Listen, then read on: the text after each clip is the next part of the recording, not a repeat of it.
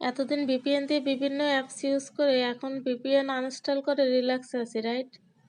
আসলেই কি VPN delete হয়ে গেছে? এই যে দেখতে পারছেন আমার মোবাইলে কোথাও কোনো ভিপিএন নেই, কিন্তু তারপরও ভিপিএন অ্যাপটা আছে। এখানে আমি প্লে স্টোরে গেলাম, প্লে স্টোরে গিয়ে আমার জিমেল আইকনে ঢুকলাম, ঢোকার পরে এখানে আপনার ম্যানেজ অ্যাপস অ্যান্ড ডিটেলসে ঢুকলাম, এরপরে ম্যানেজে আসলাম, আসার পরে ইনস্টল এখানে আসলাম, আসার পরে নট ইনস্টল আসলাম, আসার পরে এই যে এখানে দেখা যাচ্ছে এই যে ভিপিএন আছে, এবং আরও আমি যেহেতু একটা অ্যাপসই ডাউনলোড করেছিলাম একবার, সেজন্য এই একটাই আছে।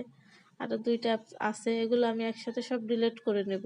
এখানে সব মার্ক করে এই যে উপরে ডিলিট আইকন আছে, ওখানে আমি ক্লিক করলে রিমুভ লেখা আসবে, এখান থেকে রিমুভ করে দিলেই এই যে রিমুভ হয়ে গেল। এবার নিশ্চিন্ত, এখন আর আমার কোনো তথ্য ভিপিএনের মাধ্যমে কোথাও যাবে না। এবার চিন্তামুক্ত হলাম।